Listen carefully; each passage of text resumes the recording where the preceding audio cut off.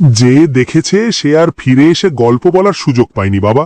এই কারণেই তো কেউ দেখেনি। ওই বাড়িতে মাটিতে পা রাখা আর নিজের কবরের মাটিতে পা রাখা একই কথা। চাচা ঠিকই বলেছেন। আমার দাদার মুখে শুনেছি ওই বাড়িতে এককালে মেহেরি নামে এক মেয়েকে জীবন্ত পুড়িয়ে মারা হয়েছিল। সেই থেকেই তো এই অভিশাপ। সে তো এক যুগ আগের কথা। তার আত্মা এতদিন ধরে বসে থাকবে প্রতিশোধ নেওয়ার জন্য, তাও আবার বেছে বেছে শুধু পুরুষদের ওপর। অজব ব্যাপার। আজব নয় আসগর ভাই, সত্যি মেয়েটার ওপর যারা অত্যাচার করেছিল তারা সবাই পুরুষ ছিল, জমিদার আর তার 3 ছেলে। তাই ওর ঘৃণাটা সব পুরুষদের ওপর। ও ভালো মন্দ চেনে না, ওর চোখে পুরুষ মানেই জালেম। না, আজ আমি এই ভয় শেষ দেখে ছাড়ব। আমি মানি না এসব। গ্রামের সভায় ভয়ে কুকড়ে থাকে, আর সেই সুযোগে চোর ডাকাত আস্তানা গাড়ে। আমি আজ প্রমাণ করে দেব ও সব শাকচুন্নি ফাকচুন্নি কিচ্ছু না, সব মনের ভুল। এ কি বলছিস তুই? পাগল ছেলে, নিজের জীবন নিয়ে এমন বাজি ধরতে নেই। আমাদের কথা শোন। না, আমি আজ ওই জমিদার বাড়ির সামনে দিয়ে হেঁটে আসব। দেখি কার এত সাহস আমার পথ আটকায়। তোমরা সবাই এখানেই থাকো, আমি যাব আর আসব। না, দোহাই লাগে আপনার, যাবেন না।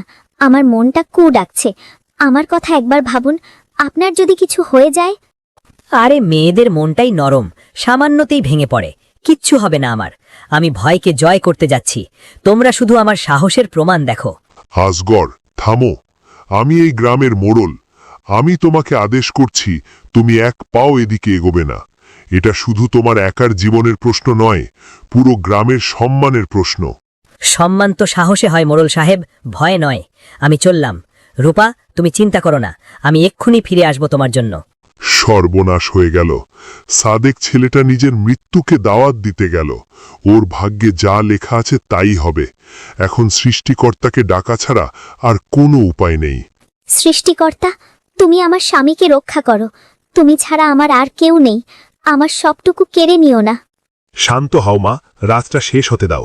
সকাল না হওয়া পর্যন্ত কিচ্ছু বলা যাচ্ছে না। চলো আমরা সবাই মিলে দোয়া করি। হ্যাঁ, এছাড়া আর কোনো পথ খোলা নেই। এই রাত যে আজ কত লম্বা হবে কে জানে।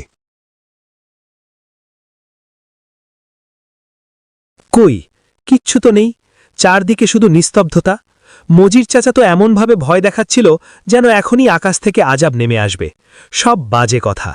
হঠাৎ চারপাশের বাতাসটা আরও ঠান্ডা হয়ে যায়।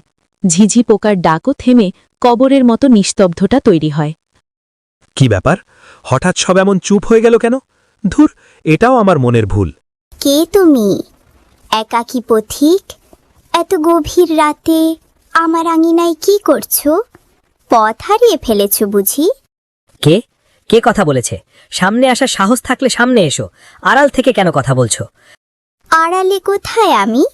আমি তো তোমার সামনেই, তোমার চোখের সামনে।